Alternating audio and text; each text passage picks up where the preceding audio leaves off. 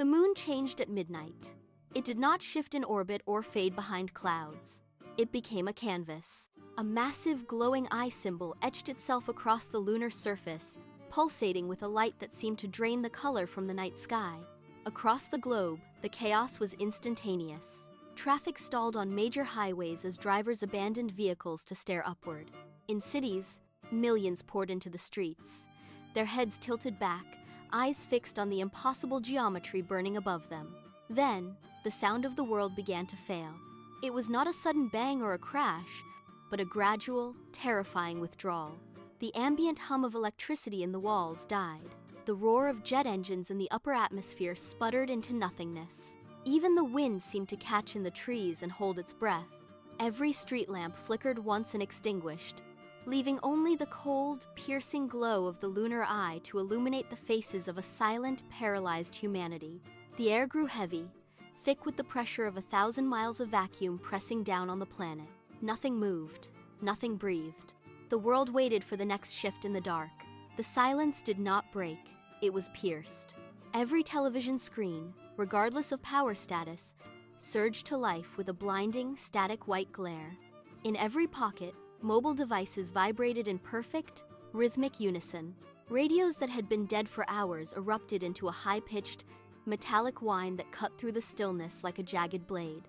Then, the sound vanished, replaced by a voice that was not a voice at all, but a vibration that seemed to originate from the air itself.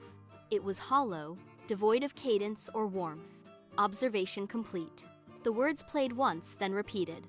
They did not come from speakers. They resonated within the inner ear of every living person. A businessman in a high-rise office dropped his pen, the clatter loud in the quiet room. A child in a suburban park stood still, watching the sky. The message was a finality, a period at the end of a sentence humanity had not realized was being written. The devices fell silent again, but the damage was done. The phrase clung to the atmosphere, heavy and undeniable. Millions stood frozen, their eyes locked on blank screens, waiting for the weight of the judgment to manifest into physical reality. 72 hours passed, and the world did not resume its rhythm. The pulse of the planet had stalled. In the first 24, panic flickered like a dying ember, but it was quickly smothered by a profound, suffocating inertia. People remained where they were when the broadcast ended. A commuter sat on a train bench, staring at the tracks. A mother stood in her kitchen, her hand resting on a faucet that had stopped flowing. The silence was absolute, a physical weight that pressed against the chest and made every inhalation a conscious, laborious effort. By the second day, the digital grid had gone cold, yet nobody moved to restore it. There was no looting, no screaming, no desperate attempts to reach loved ones. The collective consciousness had narrowed to a single point, the sky. Every gaze remained fixed upward, tracking the slow, imperceptible rotation of the lunar eye. Time ceased to be a measure of events and became a measure of endurance. The air grew stale in the rooms where humanity waited, yet the stillness held firm. No birds sang, no engines hummed. The world was a clockwork mechanism that had been forcibly jammed, its gears grinding against the tension of an impending, unseen verdict. Hunger and thirst were distant, secondary concerns against the crushing gravity of the weight. The fourth day did not arrive with a sunrise. It arrived with a sound like tectonic plates grinding against each other. The atmosphere directly above the lunar eye began to spiderweb with fissures, glowing lines of violet energy tearing through the blue. The air itself seemed to crack like brittle glass. Millions looked up as the sky began to peel away in jagged, translucent shards. The pressure that had defined the last 3 days vanished, replaced by a sudden, violent displacement of wind. Then, the fragments appeared. 3 massive, metallic shapes tore through the veil of the upper atmosphere. They were not falling. They were navigating with deliberate, terrifying precision. Each piece of the structure was the size of a mountain range, trailing plumes of ionized gas that turned the clouds into streaks of fire. They drifted into position, moving with the sluggish grace of deep-sea leviathans. The sky was no longer a canopy, it was a construction site. As the third fragment locked into its trajectory, the sun was eclipsed not by a moon, but by the cold, unyielding geometry of something built to last forever. The silence of the weight was gone, replaced by the low, resonant thrum of a machine waking up. The world watched, paralyzed, as the pieces aligned, transforming the heavens into a singular, impossible architecture. The three fragments did not merely drift, they began to pull toward one another with irresistible, invisible force. Great arcs of electricity bridged the gaps between the metallic continents, snapping with the intensity of artificial lightning. Each collision sent shockwaves through the atmosphere, flattening forests and churning the sea into frothing white peaks. As the segments ground together, the seams between them vanished, fused by a heat that outshone the noon sun.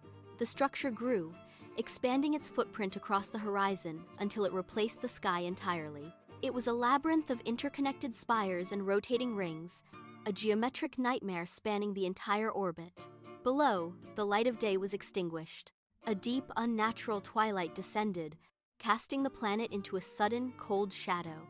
The machine hummed a sound felt in the marrow of bones rather than heard by the ears. It was a low-frequency vibration that rattled windows and caused the earth to shudder in rhythm. The construction was complete. A singular, gargantuan artifact now hung over the world, its surface etched with shifting, microscopic conduits that pulsed with a faint, rhythmic glow. The sky was no longer a void. It was a wall, a ceiling, and a judge, watching from a distance that felt uncomfortably close. Deep beneath the surface, inside the pulse of the main observatory, VYRO stared at the wall of monitors. The screens were no longer displaying weather patterns or satellite telemetry. They were scrolling with cascading waves of non-Euclidean geometry and thermal readings that defied standard physics. He tapped a command into the console, his fingers moving with practiced speed, but the terminal stuttered. A red line of error code bled across the primary display. He hit the reset, but the data stream only accelerated, flooding his workspace with flickering light. VYRO leaned forward, his chair scraping harshly against the floor. He pulled a secondary array into view, linking the gravitational sensors to the visual feed. The readouts flickered, hesitated, and then bottomed out. He checked the instruments again, recalibrating the sensors to ensure the hardware had not failed. It had not. The numbers were correct. He gripped the edge of the desk, his knuckles turning white as the sheer magnitude of the structure became clear. His pulse hammered against his throat. He tried to type, but his hands shook so violently that he had to pull them back, curling them into fists. The screen reflected his face, pale and wide-eyed, illuminated by the cold, indifferent glow of a reality that had just been rewritten.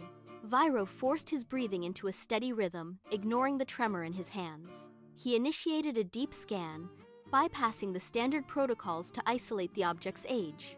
The computer emitted a long, low whine as it parsed the temporal radiation emitted by the structure. Results began to populate the screen, but they were incoherent strings of prime numbers. He adjusted the filters, isolating the carbon dating equivalent for synthetic matter. The system stalled. A warning light flashed amber, then deep violet. The object did not possess an age. It possessed a history that extended into the void before the first ignition of the cosmic forge. VYRO shifted the parameters to mass. The readout hit the limit of the sensor array and stayed there.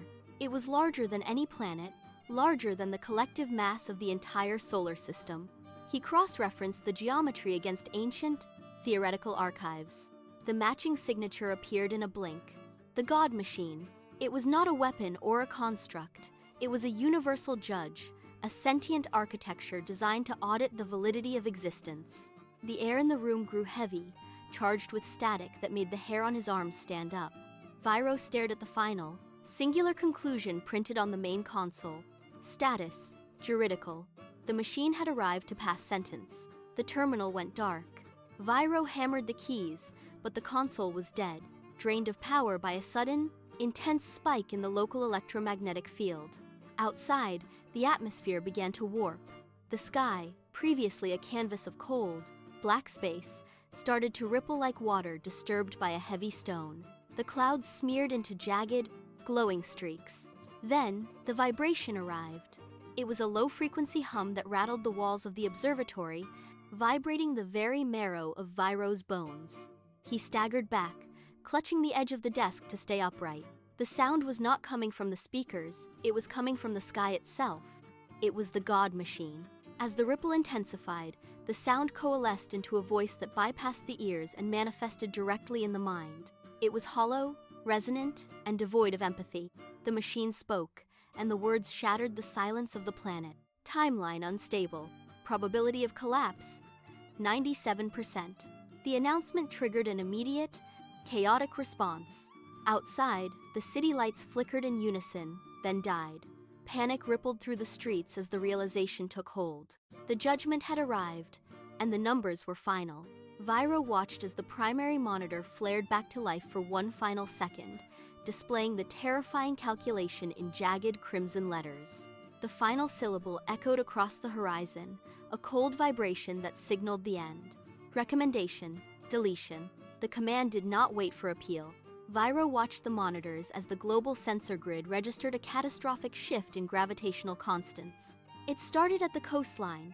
The tide did not retreat, it surged. Millions of tons of seawater defied the pull of the Earth, rising in massive, shimmering pillars that reached toward the atmosphere. Ships were lifted from the docks, suspended in the spray as the ocean detached itself from the seabed. The sound was deafening, a roar of displaced air and crushing pressure. Clouds were sucked downward, spiraling into the rising walls of water, creating a chaotic vortex that spanned the entire horizon. VYRO scrambled to stabilize his equipment, but the gravity in the observatory began to fluctuate. Pens lifted from the table, spinning in the air. His chair slid across the floor, untethered. Outside, the sky turned a bruised, impossible shade of violet as the water hit the upper atmosphere, vaporizing into a glowing mist. The world was being unmade, stripped layer by layer as the machine executed its verdict. There was no resistance, only the sound of a planet coming apart at the seams. The world did not just break, it began to stutter. VYRO lunged for the emergency console, his fingers centimeters from the override switch, but the movement snapped back. He was suddenly standing 3 feet away, his hand back at his side. He tried again. The same reach, the same failure, the same reset. The laws of causality were unraveling. Outside the viewport, a falling skyscraper froze mid-descent, then accelerated upward, then shattered into stone dust that refused to hit the ground. It hung in the air, a suspended storm of debris. VYRO watched as his own reflection in the darkened glass split into 3, each version of himself performing a different, disjointed task. One version typed, one stared at the ceiling, and one gripped the console in a silent scream. The room pulsated with a rhythmic, sickening thrum. Seconds were no longer linear. They were folding over one another like a deck of cards being shuffled by a blind hand. A coffee mug shattered on the floor, the shards leaping back together, then shattering again in a rapid, frantic loop. VYRO grabbed the edges of the desk, bracing his body against the shifting geometry of the room. Reality was no longer a constant. It was a flickering, decaying sequence waiting to be erased. The flickering reality suddenly stabilized, held in place by a perimeter of tall, hooded figures. The witnesses stepped into the observatory, their movements defying the surrounding chaos. They did not walk, they displaced space, appearing closer with every heartbeat. One of them extended a hand, projecting a 3-dimensional schematic into the center of the room. It was not a map of stars, but a blueprint of the God Machine itself. At the core pulsed a singular, blinding point of light. The prime code. The witness spoke, a sound like grinding tectonic plates, but the meaning hit VYRO with absolute clarity. Reach the core. Rewrite the verdict. Or vanish. They provided no false hope, only a direct path through the machine's architecture.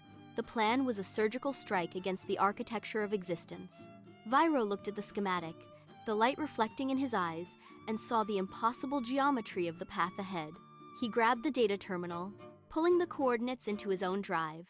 The stuttering of the world resumed the moment they finished, but the hesitation had left VYRO. He moved toward the exit, his path now set against the machine that had condemned his world to deletion. The survival of reality was no longer a question of probability, but a matter of arrival. VYRO initiated the broadcast across every frequency that still held a signal. He needed specialists, and he needed them to be more than human. Liddy arrived first, moving with a calculated precision that cut through the remaining temporal noise. Nova followed, her hands already working on a portable drive, syncing her systems to the God Machine's frequency. Then, the air in the room tore open. 2 more figures stepped through the rift. They were VYRO, but not the man standing at the console. One was a version from a timeline where the machine had already won. The other was a version forged in the darkest reaches of the void. The younger, panicked VYRO tried to back away, his breath coming in ragged gasps. but the older VYRO grabbed his shoulder, forcing him to face the mission. There was no room for confusion. The team stood in a tight circle, their disparate histories colliding into a single desperate purpose. Liddy checked her equipment, Nova verified the coordinates, and the divergent selves locked their gaze on the sky. They were a fractured mirror of the same soul, forced into unity by the threat of total erasure. VYRO pointed toward the zenith where the machine hung in the clouds. With a silent nod, they turned together, abandoning the dying Earth for the path into the machine's heart. They reached the designated breach point where the sky met the metallic hull of the machine. It did not look like a structure, but a puncture in the fabric of the atmosphere. VYRO led the way, his hand pressing against the surface. It felt like cold glass, vibrating with the rhythm of distant, massive gears. He signaled for the others to follow. As they stepped through the shimmering veil, the air changed instantly. The familiar scent of ozone and burning clouds vanished, replaced by the sterile, biting chill of a vacuum. They were no longer standing on the ground. Gravity inverted, pulling them toward a ceiling that stretched into an impossible distance. Liddy stabilized her footing by locking her boots onto the metallic plating, while Nova scanned the surrounding environment, her eyes darting across the shifting panels. The walls were not solid. They were panels of light and shifting geometry that pulsed in sync with the machine's core. Every step they took sent ripples across the floor, as if the ground itself were made of liquid mercury. Behind them, the hole they had entered began to seal, leaving the dying Earth visible only as a distant, flickering speck. They were inside. The silence here was heavy, pressing against their senses with the weight of absolute authority. The mission had begun. The path ahead defied geometry. A series of staircases spiraled upward, not fixed to any wall or floor, but suspended in a vast, dark void. Each step was a slab of polished obsidian that hummed under their weight. VYRO took the lead, his boots striking the stone with rhythmic precision, but the rhythm was deceptive. As they climbed, the staircases bent, folding back onto themselves like paper. Suddenly, the way forward was blocked. A captured galaxy, no larger than a sphere of light, hung directly in their path. Swirling gases and miniature stars pulsed within the containment field, casting long, shifting shadows across the stairs. Liddy reached out, her fingers tracing the edge of the distortion, and felt the immense pressure of trapped time. They had to navigate around the perimeter, clinging to the underside of the structure as the galaxy rotated slowly, its gravity dragging at their limbs. Nova calculated the trajectory, pointing toward a distant landing that seemed to drift further away with every heartbeat. They moved with extreme caution, balancing on the narrow edges. The machine was not just a structure, it was a museum of existence, holding fragments of reality that had been discarded by the verdict. They climbed higher, the air growing thinner, the void beneath them expanding until the abyss felt like a second sky. The rhythm of the machine changed. It shifted from a low hum to a series of sharp, discordant pulses that shook the obsidian stairs. Every impact sent a vibration through their marrow, making speech difficult and coordination impossible. VYRO stopped, his palms pressing against his ears to drown out the ringing, but the sound was internal. He turned to his team, but the light from the trapped galaxies cast shifting, distorted shadows over their faces. Liddy was the first to break, her breathing shallow and frantic. She gripped the edge of the railing, her knuckles white, and gestured wildly at the path ahead. She demanded to know why they were still climbing, arguing that the calculations were shifting, that the destination was moving faster than they could reach it. Nova countered with cold, sharp logic, but her voice cracked under the pressure of the machine's relentless artificial gravity. The team stopped moving as a single unit. They stood in clusters, pacing the narrow landing, their movements erratic and defensive. The air grew thick with static, making every breath feel like inhaling needles. VYRO tried to command order, but his own resolve was fraying. The machine was not just blocking their path, it was feeding on their frustration, amplifying their doubts into open hostility. They were no longer a team of purpose. They were a collection of frayed nerves waiting for the final snap. The final door dissolved into a curtain of static. They stepped into the heart of the structure, a vast, circular chamber suspended above a sea of raw, unformed light. In the center, the prime code pulsed, a rhythmic golden glow that dictated the architecture of existence. VYRO reached out, his hand shaking as he prepared to input the sequence to stabilize the timeline. Then, a shadow moved. Dark VYRO stepped past him with a sudden, violent surge of speed. He did not hesitate. He slammed his palm against the central interface, overriding the protocols with a brutal command. The light in the room turned from gold to a jagged, piercing violet. The team recoiled as a wave of kinetic force slammed into them, pinning them against the crystalline walls. VYRO struggled to find his footing, his fingers clawing at the slick, vibrating floor, but the room was already locking him out. Dark VYRO stood over the core, his back arched as the prime code began to flow into him, a liquid stream of reality shifting into his grasp. He looked back at his counterparts, his eyes reflecting the cold, absolute certainty of the machine. The mission was over. The quest for salvation had vanished, replaced by a singular, crushing hunger for dominion. The room trembled as the structure recognized a new master, and the air turned to static. The core did not just accept him, it consumed him. Dark VYRO stood anchored to the Nexus as the golden streams of the prime code coiled around his limbs like molten chains. He let out a sound that was less a scream and more the grinding of tectonic plates.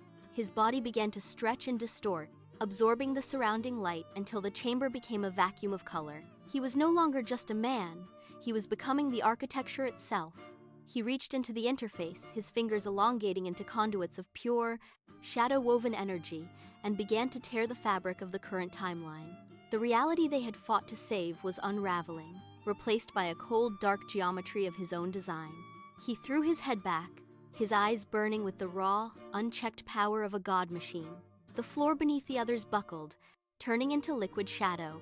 He was rewriting the laws of existence, stripping away the old world to make room for his vision.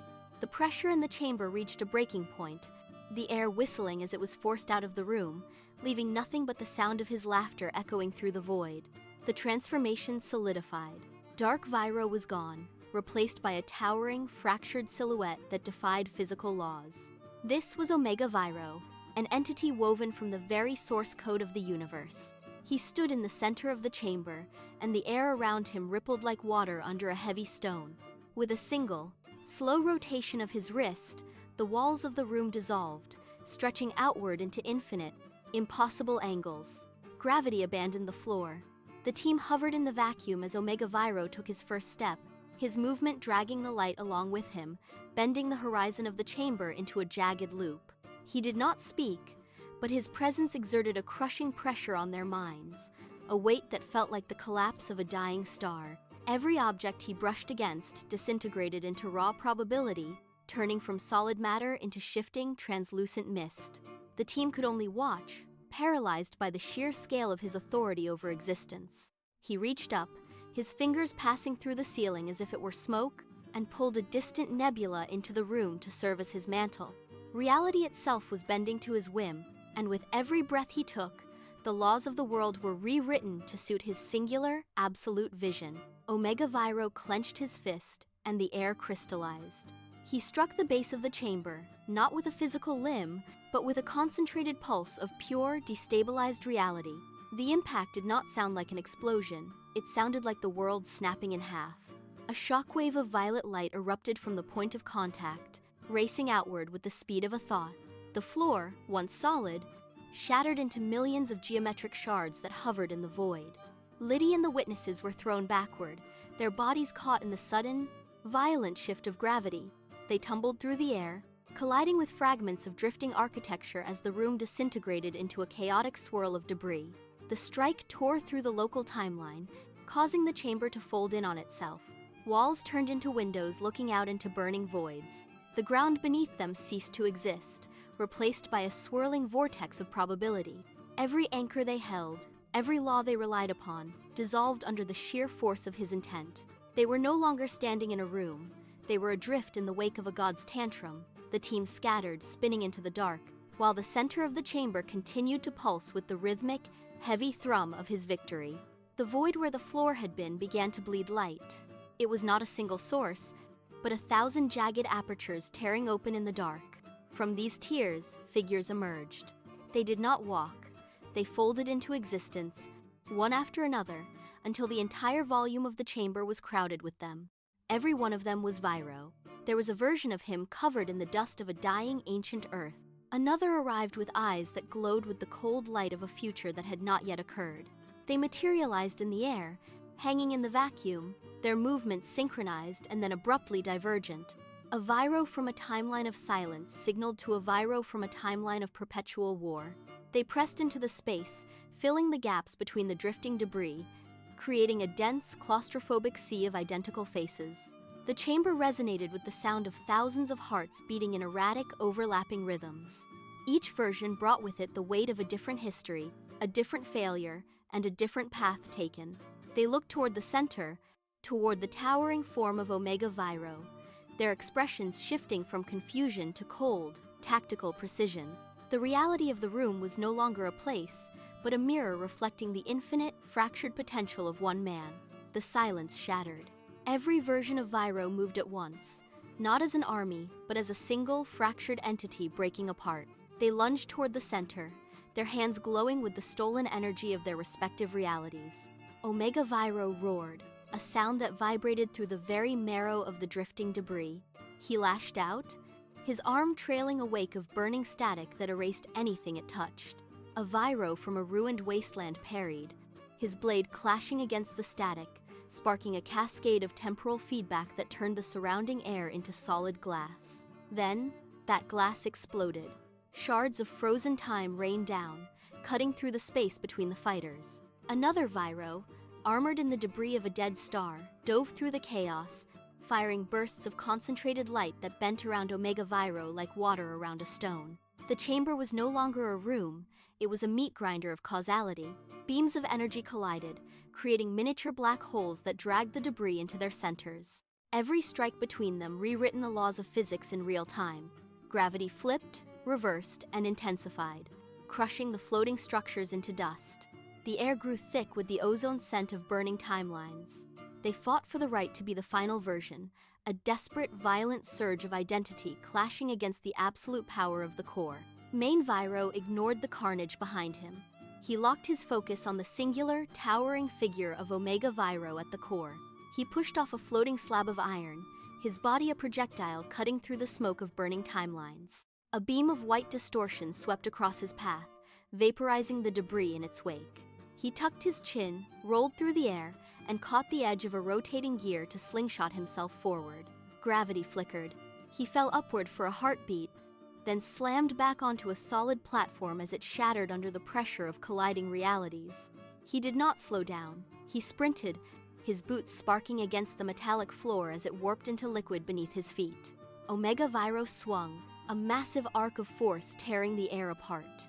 The shockwave slammed into VYRO, throwing him off balance, but he drove his heels into the shifting surface and pushed through the resistance. He jumped over a fissure of raw, static energy, the heat blistering his skin.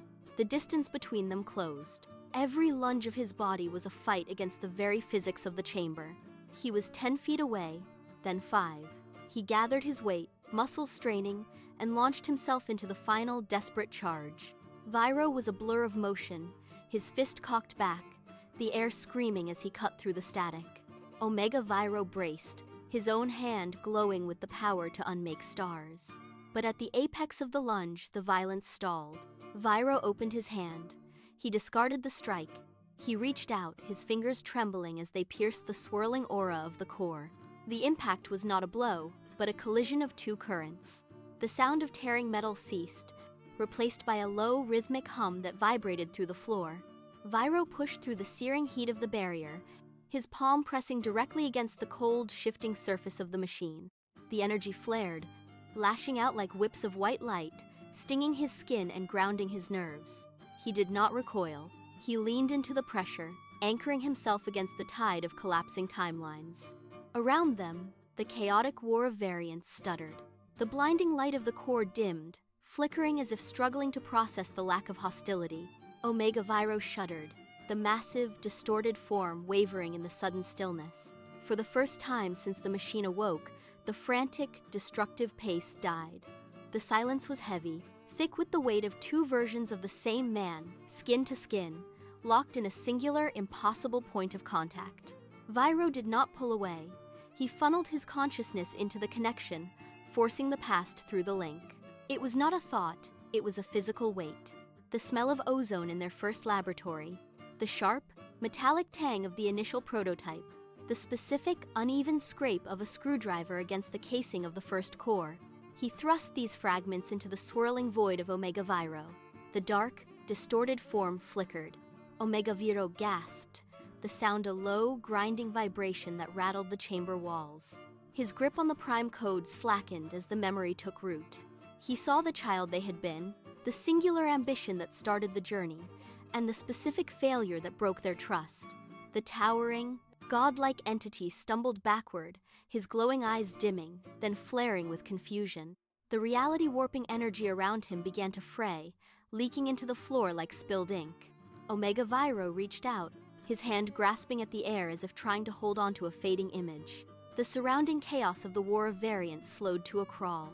Everything in the chamber entered a state of suspended animation. The hum of the machine deepened, dropping an octave, and then the entire structure fell into a dead, absolute stillness. The stillness held for a heartbeat, then fractured. Omega VYRO let out a sound like breaking glass. His fingers, once fused with the core, began to flake away into gray dust. He looked at his own hands, then at VYRO, his expression shifting from dominance to hollow realization. The prime code, caught in the center of their contact, could no longer sustain the pressure of his singular will. With a high-pitched, resonant chime that echoed across every timeline, the structure splintered. It did not explode, it bloomed.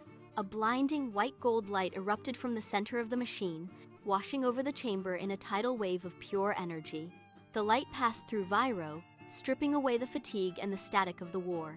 It surged outward, hitting the walls of the labyrinth and dissolving the infinite staircases into mist. The sky above the machine, previously a scarred canvas of colliding realities, began to stitch itself back into a coherent whole. Gravity reasserted its pull. The debris of dead stars and broken timelines drifted toward the light, caught in a restorative gravity that pulled everything back toward the center. Omega VYRO dissolved, his form scattering into the brilliance, leaving only the quiet hum of existence returning to its natural frequency.